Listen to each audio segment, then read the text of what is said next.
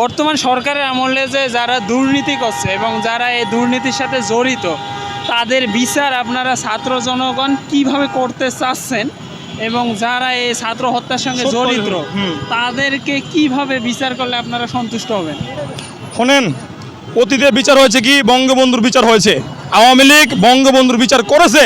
এখন জনগণ এবং ছাত্রদেরকে নিয়ে আমরা যারা যারা আমাদের নিরীহ ছাত্রদেরকে মারছে পাখির মতন গুলি করে, এবং যারা দেশকে হাজার হাজার মহা প্রকল্পের মাধ্যমে কয়েক হাজার হাজার কোটি কোটি টাকা লন্ডন, আমেরিকা, কানাডা তারা নিয়ে গেছে, আলিশান বাড়ি বানাইছে, তাদেরকে আমরা চাই এই বাংলার জমিনে সব কুলাঙ্গার করতে ফিরে আইন না, বাংলার জমিনে তাদের স্বাধীন বাংলাদেশে বিচার হোক এবং কঠিনতম বিচার হোক।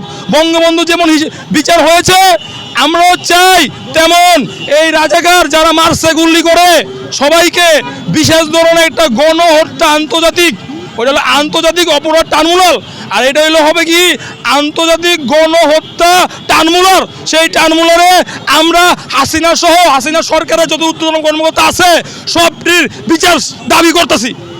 এটা আপনারা দেশের মাঝে চাচ্ছেন না আন্তর্জাতিক? দেশের মাটিতে হয়েছে গন্ডগোল, আমরা দেশের মাটিতে দেখতে চাই। তারা তো দেশকে ভালোবাসে না, সেই জন্য তারা হেলিকপ্টারে পালায় গেছে।